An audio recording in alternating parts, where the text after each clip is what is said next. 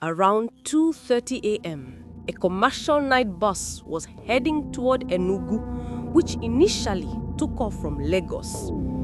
It was raining lightly, the road was quiet, and everyone inside the bus was asleep, except the driver and one elderly woman sitting in the front seat. At a lonely part of the road, near a thick forest area, the driver saw a young lady standing by the roadside, waving gently. She wasn't panicking, she wasn't crying, she was calm, almost too calm. The road was dangerous at night, so the driver didn't want to stop. But the old woman beside him said, "Oga driver, stop.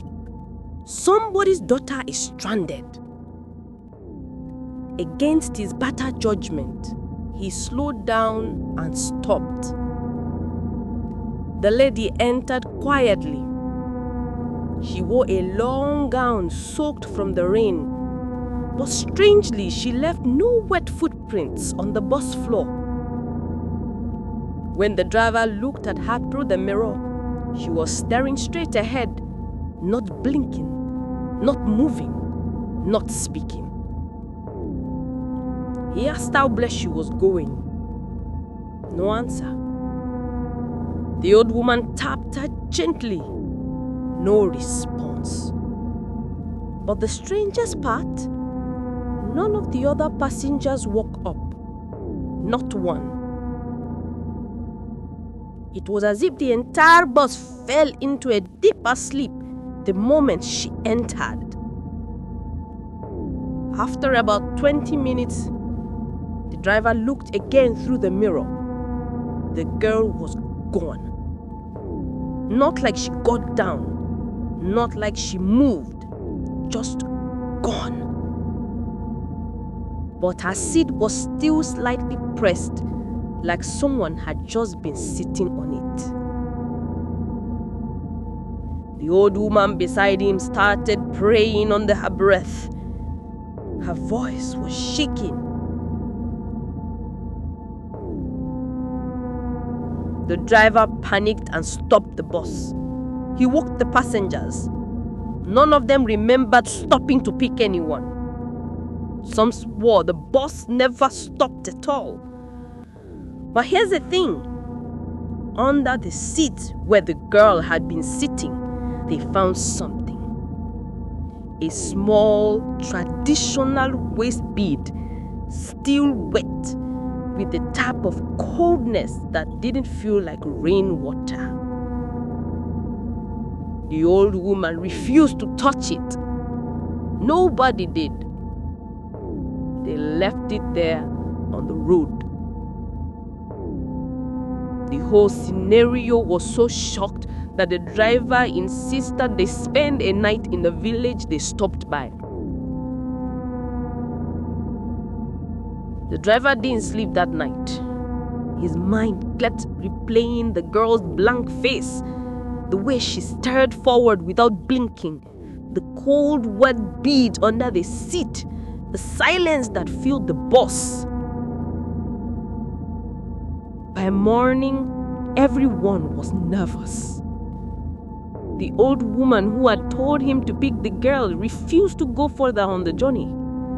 Likewise, many of the passengers. She turned to the driver and said, "Let us go back to that spot. Something is not right." The driver didn't want to, but he felt responsible, so he agreed. They got a security officer from a nearby checkpoint, and around 10 a.m., the three of them drove back to the lonely forest road where the girl had first been seen.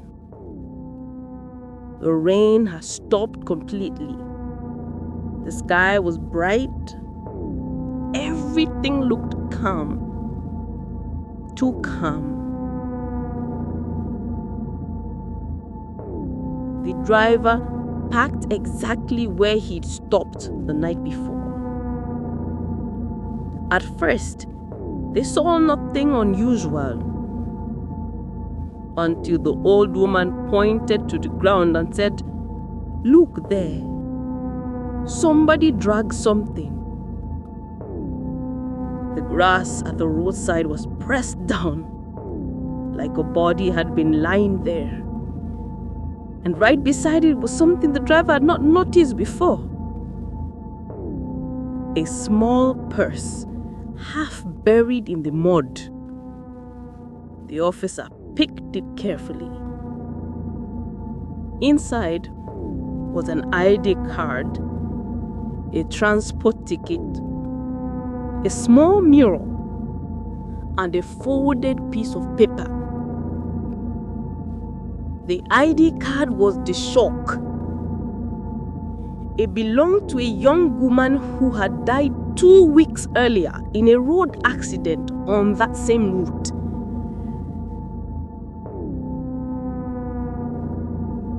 The driver felt his body turn cold. The old woman didn't speak. She just began whispering prayers. The officer unfolded the paper inside the purse. It was a handwritten note that simply said, "I didn't reach home." No explanation, no address, nothing else.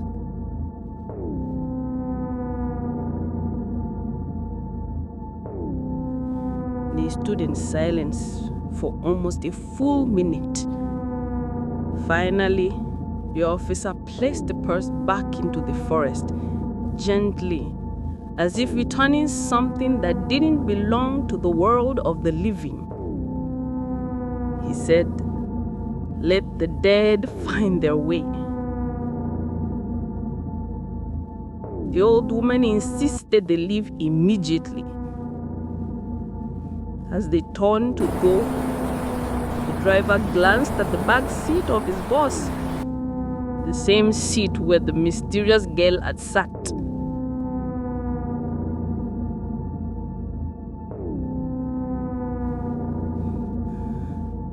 For a split second, he saw it again.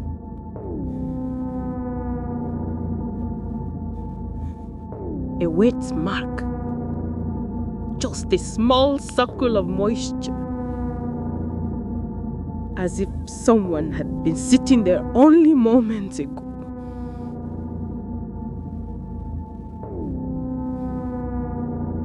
He didn't wait to check properly. He started the engine and drove off as fast as possible.